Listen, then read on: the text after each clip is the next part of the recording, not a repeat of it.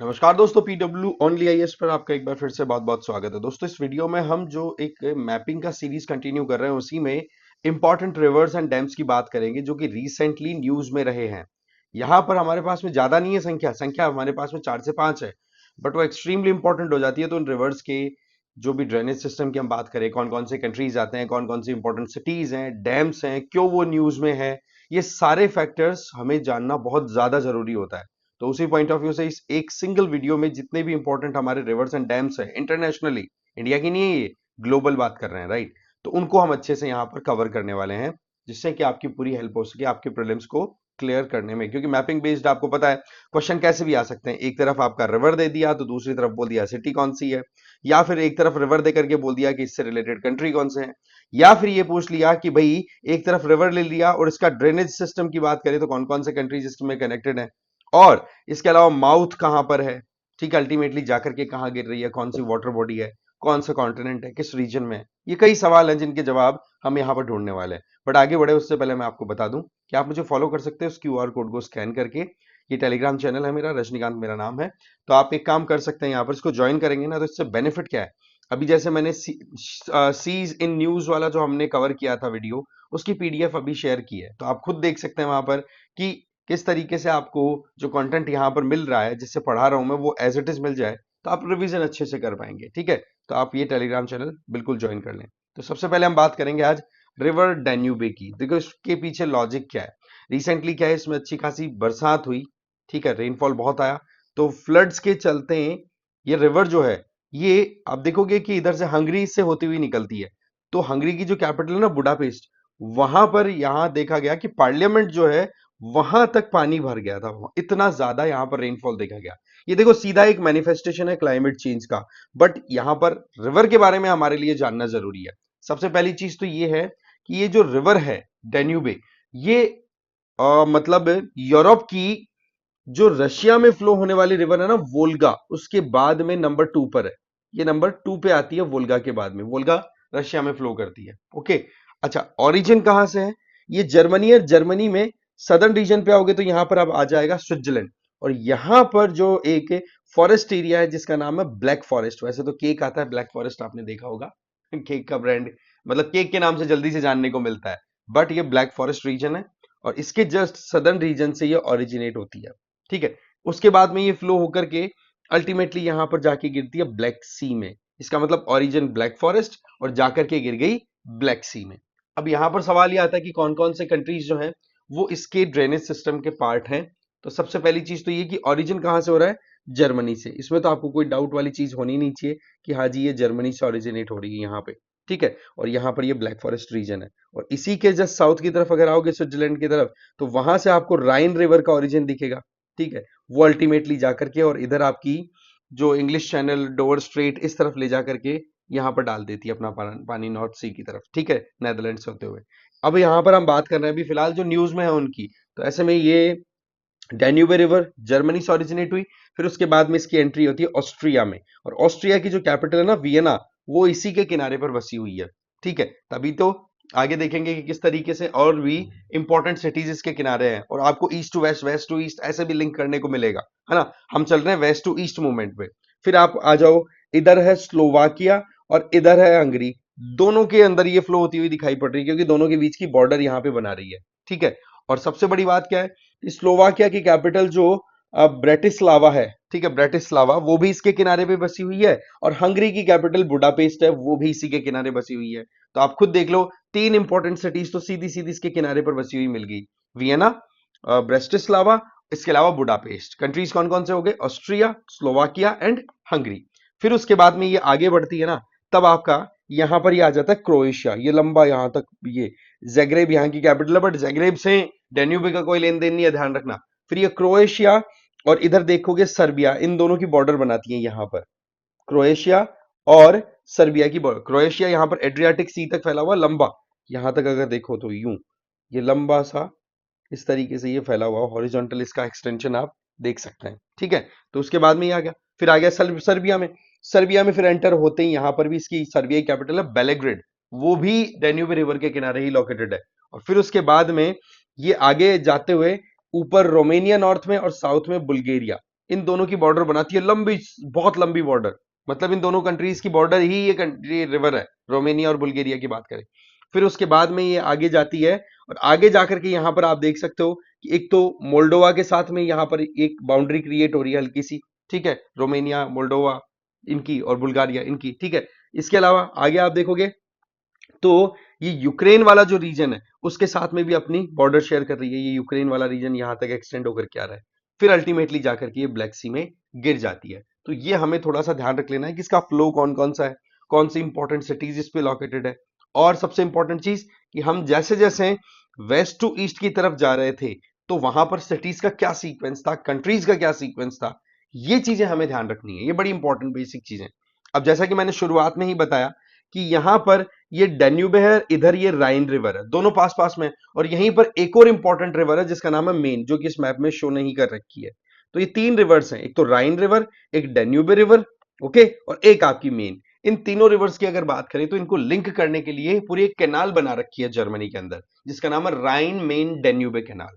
तो ये चीजें भी आपको थोड़ा बेसिकली याद रख लेनी है। तो ये होगी डेन्यूबे, इसमें आपको कोई गलती नहीं करनी है। जो मेन चीजें थी वो हमने देखी।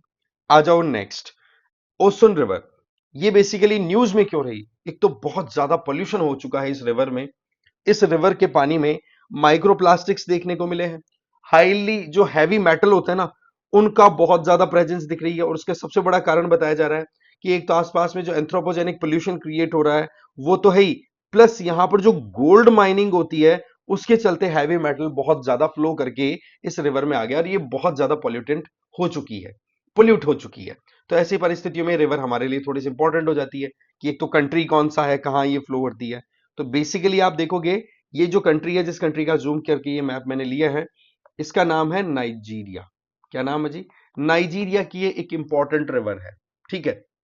यहां पर इस रिवर को पूजा जाता है, जैसे हमारे गंगा की, यमुना की, इनकी जो कहते हैं ना कि कल्चरल सिग्निफिकेंस है, उसी पॉइंट ऑफ व्यू से इस रिवर की पूजा होती है। और इसी रिवर के किनारे पर एक इंपॉर्टेंट नाइजीरियन सिटी है, दैट इज ओसोग्बो। ओसोग्बो जो है वो इसी के किनारे पे बसी हुई है। अल्टीमेटली ये अपना पानी ले जाकर के डाल देती है यहां पर गल्फ ऑफ गिनिया में, ठीक है। और डायरेक्टली गल्फ ऑफ गिनिया में नहीं डालती है। इंटरेस्टिंग बात क्या है, ये ले जाकर के अपना पानी डालती है दो, मतलब दो लेक्स हैं, बड़ी एक्सटेंडेड लगून्स हैं ना, कोस्टल एरिया में बनी हुई लेक्स को लगून बोलते ही हैं।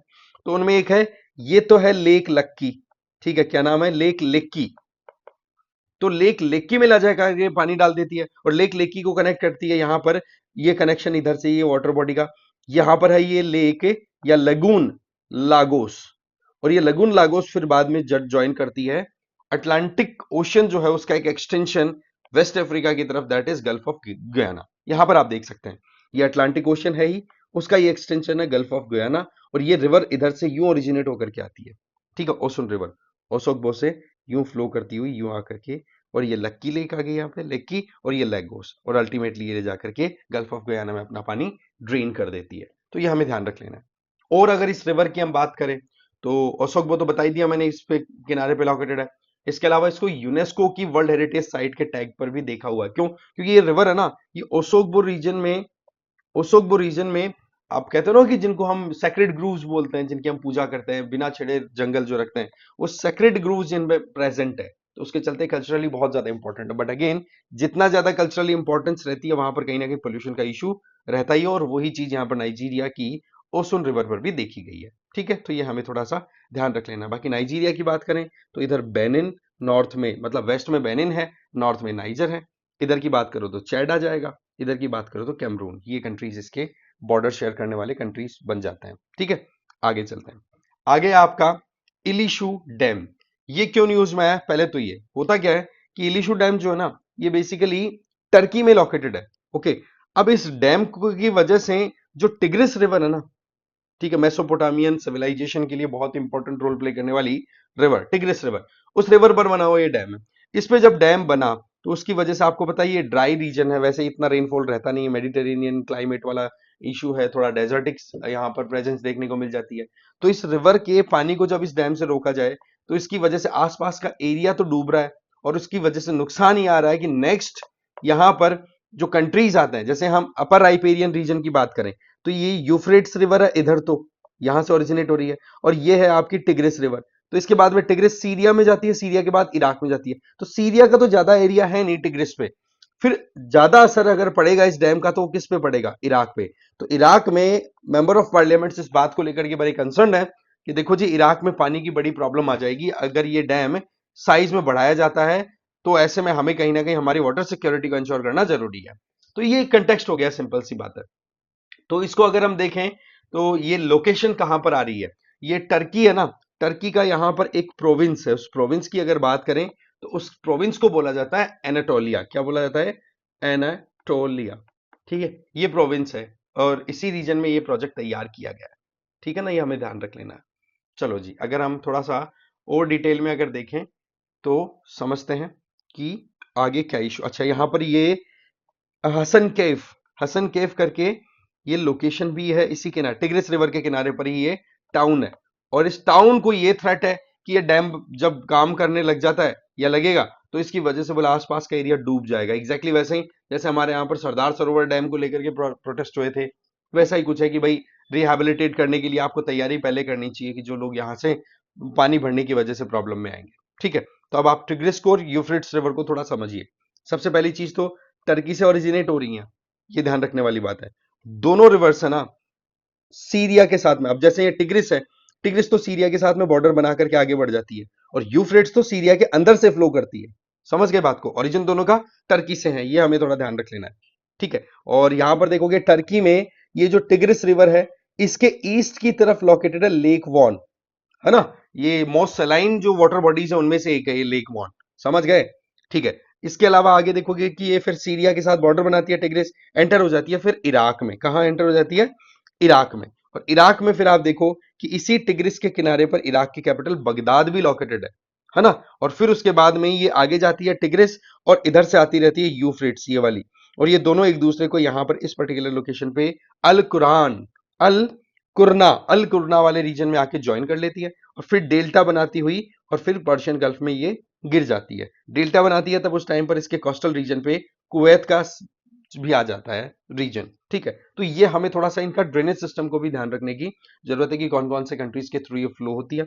इसके अलावा कुछ इंपॉर्टेंट सिटीज या इनके ऊपर बने हुए डैम या लेक्स की बात करें तो देखो यहां पर हम जिस पर्टिकुलर लोकेशन की या फिर जिस इलिशु डैम की हम बात कर रहे हैं ना, वो डैम आपको यहां पर देखने को मिल जाएगा। इलिशु डैम की अगर बात करें, टिग्रिस आ गया, ये हसन केफ हो गया और इस रीजन में ये आपको यहां पर डैम मिलेगा, क्योंकि फ्लड की वजह से ये पर्टिकुलर टाउन हसन केफ है ना, ये असर में आ रहा है। तो ये थोड़ा सा हमें ध्यान रखना है। ठीक है, यूफ्रेट्स पे अगर देखें तो लेक अल असद, बसर अल असद, अभी आपको पता है सीरिया में तख्ता पलट हुआ है, तो लेक असद जो है, अल असद, वो बेसिकली यूफ्रेट्स रिवर पे है। कहां पे, सीरिया में। ये थोड़ा सा ध्यान रख लेना। ठीक है, इनके ऊपर लेक्स क्या डैम, अब आपको पता है वेस्टर्न एशिया की अगर बात करें तो थोड़ा सा पानी का इशू रहता ही है उधर, तो उस पॉइंट ऑफ व्यू से ये लेक्स और डैम्स बहुत से बने हुए हैं। पर वही है कि जब सीजन आता है बारिश का उसी टाइम पर ये पानी अच्छे से फ्लो होता है। ठीक है, इधर भी आप देख सकते हो यूफ्रेट्स टिग्रिस, यहाँ पर मेसोपोटामियन सिविलाइजेशन डेवलप हुई थी। ठीक है, ईरान की यहाँ पर लेक एक दिखाई पड़ रही है आपको, लेक उर्मिया। मतलब जब भी आपके सामने मैप आए ना तो उसको आपको ध्यान से देखना है भाई, सीधी सी बात है। रिलेटिव स्टडी करनी है कि हाँ भाई यहाँ पर ईरान का कुछ है तो इराक का कुछ है क्या, इराक का कुछ है तो टर्की का कुछ है क्या, क्या ईरान के साथ में टर्की के साथ में कुछ बॉर्डर वॉर्डर शेयर हो रही है, तो वो सारी चीजें आपको नोटिस करते हुए आगे बढ़ना है। समझ गए, तो मैप का मतलब ये नहीं होता कि हाँ एक्यूरेटली जो हमने अभी बात की है उसी के बारे में हम देखें, हमारी कोशिश है उनसे एडिशनल भी हम कुछ चीजें कलेक्ट करते चले जाएं। ठीक है, फिर आ जाता है आपका ग्रैंड इथियोपियन रेनेसेंस डैम, जिसको हम GERD के नाम से भी अब जानने लग गए, और पहले इसका पुराना नाम हुआ करता था बेनिशंगुल, बेनिशंगुल गुमूज। ठीक है, ये मतलब इसका मिलेनियम डैम हुआ करता था। और ये लोकेशन जिस जगह पे है, ये जो ग्रैंड इथोपियन रेनेसेंस डैम है, ये लोकेटेड कहां पर है, ये बेनिशंगुल गुमूज रीजन है इथियोपिया का। और इसको पहले मिलेनियम डैम के नाम से भी जाना जाता था। और ये डैम इतना ज्यादा बड़ा है, कैपेसिटी बताई जा रही है इसकी 6.45 गीगा टन। तो इसकी वजह से जो नाइल रिवर है ना, उसकी एक important tributary that is blue Nile, जो कि लेक टाना इथियोपिया से ओरिजिनेट होकर के जा रही है, वहां पर ये डैम बनने की वजह से कहीं ना कहीं सूडान और इजिप्ट है ना, ये टेंशन में आए हुए हैं कि यार अपर आइपेरियन रीजन के अंदर अगर इस तरीके से डैम बना दिया गया तो हमारे यहां पर वाटर स्कैर्सिटी का इशू आ जाएगा। तो इस वजह से ये थोड़ा सा डिस्प्यूट वाला इशू भी बन जाता है। ठीक है, तो सबसे पहले तो ये हम थोड़ा लेक रिवर नाइल के बारे में जान लेते हैं, फिर उसके बारे में बाद में ये थोड़ा सा डैम को भी समझते हैं। देखो, ये लेक टाना है, लेक टाना से ओरिजिनेट होती है ब्लू नाइल, समझ गए? ब्लू नाइल इथोपिया, इथोपिया के बाद में सीधा सूडान में एंटर कर जाती है। ध्यान हो गया? चलिए अब आ जाइए आप। White Nile, white Nile originate होती है लेक विक्टोरिया से। लेक विक्टोरिया कहां पर लोकेटेड है? ये देखो, तंजानिया साउथ में है, इसके नॉर्थ में इसके युगांडा है, और थोड़ा सा ईस्ट की तरफ कीनिया यहां पर आ जाता है आपका। ठीक है, तो यहां से ही ऑरिजिनेट होकर के नॉर्थ वर्ड जाती है, और इसी के ऊपर आप डेमोक्रेटिक रिपब्लिक ऑफ कॉन्गो की तरफ अगर आते हो, युगांडा और डीआरसी की बॉर्डर जो बनी हुई है यहां पर, ये डीआरसी है और यहां पर युगांडा, तो यहां पर लेक अल्बर्ट भी इसी रिवर के किनारे पर देखने को मिल जाएगी आपको।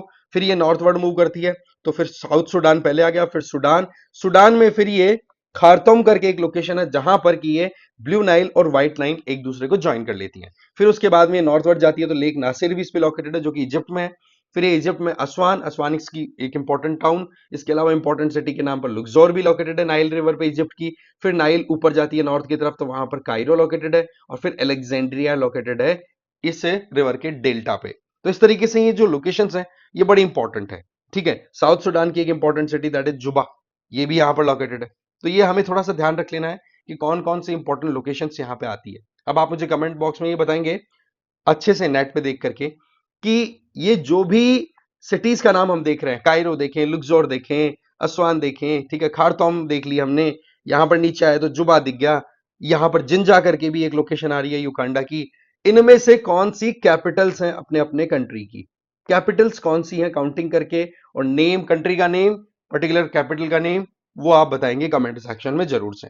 ठीक है, अब देखो ये जो डैम है ना, ये इतना बड़ा साइज का है कि इस पे जो कंस्ट्रक्शन किया गया है वो बेसिकली आप देखेंगे कि तीन स्पिल, मतलब एक तरीके से पानी निकालने के लिए ये स्लोपी टैपर्ड जो सरफेस क्रिएट की जाती है वो तीन बनाए गए हैं। दो इस पे पावर स्टेशन है, that means hydro electric project हो गया ये, है ना? इसके अलावा इसके पैरेलल ये एक सैडल डैम भी क्रिएट कर रखा है। सैडल डैम का मतलब एक आपने प्राइमरी डैम बनाया, बट आप चाहते हो कि भाई उसकी कैपेसिटी हम इंक्रीज करें, तो साइड में एक और सप्लीमेंट्री डैम बना दो जिससे कि कैपेसिटी ऑफ वाटर होल्डिंग वो बढ़े, तो उसको हम सैडल डैम बोलते हैं, वो भी इस पे बना हुआ है। बट अगेन मैं बता दूं कि इसमें क्या है, पानी की स्कैर्सिटी को लेकर के थोड़ा सा डिस्प्यूट चलता रहता है। इजिप्ट का, सूडान का ये कहना है कि जब तक प्रॉपर एग्रीमेंट नहीं आता हम इस चीज को अप्रूवल नहीं देंगे। तो ये कहीं ना कहीं एक बड़ा कंट्रोवर्शियल प्रोजेक्ट है, आप ये कह सकते हो इंटरनेशनली। ओके, वैसे इथियोपिया जो है वो हॉर्न ऑफ अफ्रीका की तरफ आपका लोकेशन आ ही जाता है इसका। ठीक है जी, तो ये मोटी मोटी हमारे पास में कुछ इंपॉर्टेंट रिवर्स और उन पे लोकेटेड डैम्स जो रिसेंटली न्यूज में थे वो हमें देखने थे। इस वीडियो में इतना ही। Thank you very much.